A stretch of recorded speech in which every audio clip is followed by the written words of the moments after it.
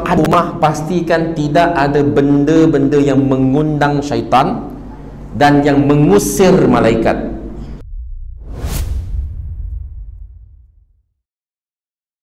Ingat tuan-tuan perempuan, sekadar kita membaca bismillah, sebut nama Allah ketika membuka pakaian ataupun ketika setiap amal perbuatan yang kita buat. Bahkan ada satu hadis yang Nabi SAW menyebutkan tentang menutup pintu rumah dengan membaca ataupun menyebut nama Allah, maka syaitan tidak boleh membuka pintu tersebut.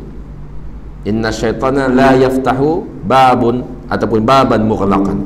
Sesungguhnya syaitan tidak boleh membuka pintu yang tertutup.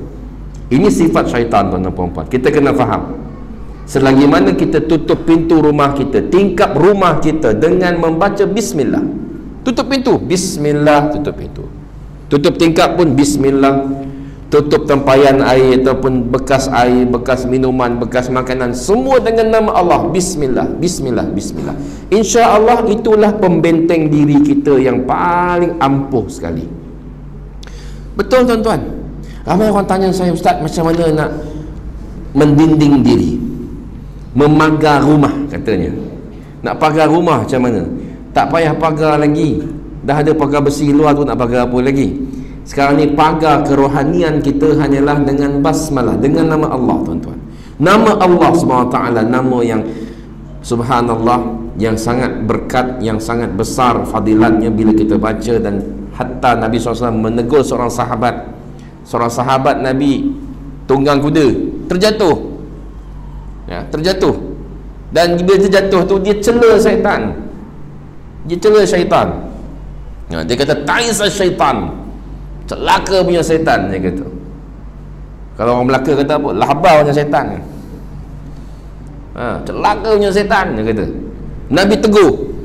Nabi kata pada dia, kau kata macam tu, syaitan menjadi lebih besar.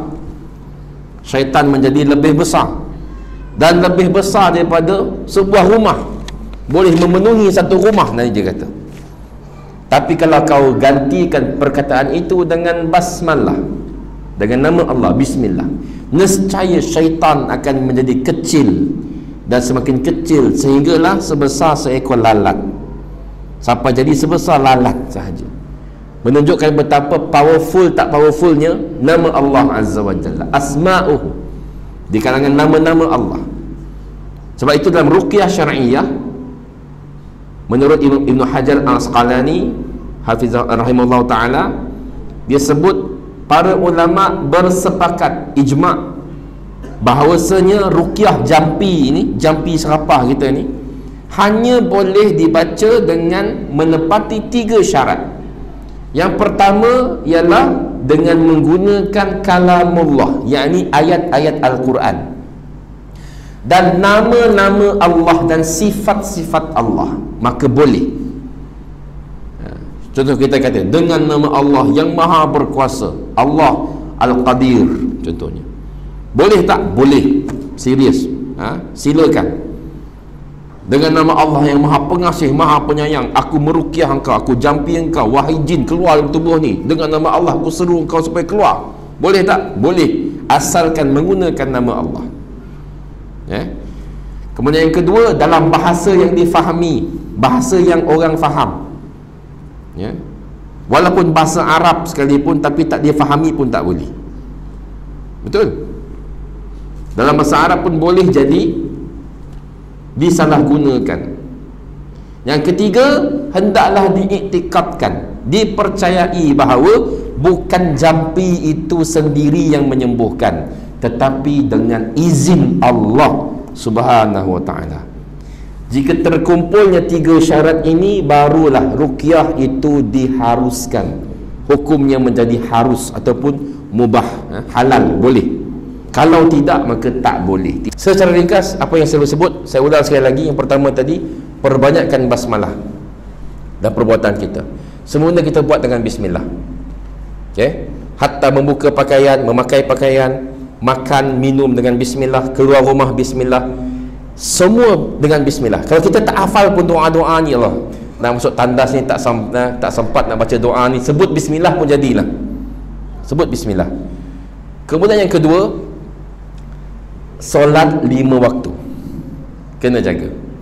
Solat 5 waktu kena jaga, dan lebih baik berjamaah. Bagi lelaki lebih baik berjamaah, sebab syaitan dia suka manusia yang bersendirian. Bila kita berjamaah, maka kekuatan syaitan tu lebih lemah. Kalau kita berjamaah, kita kuat, insya-Allah.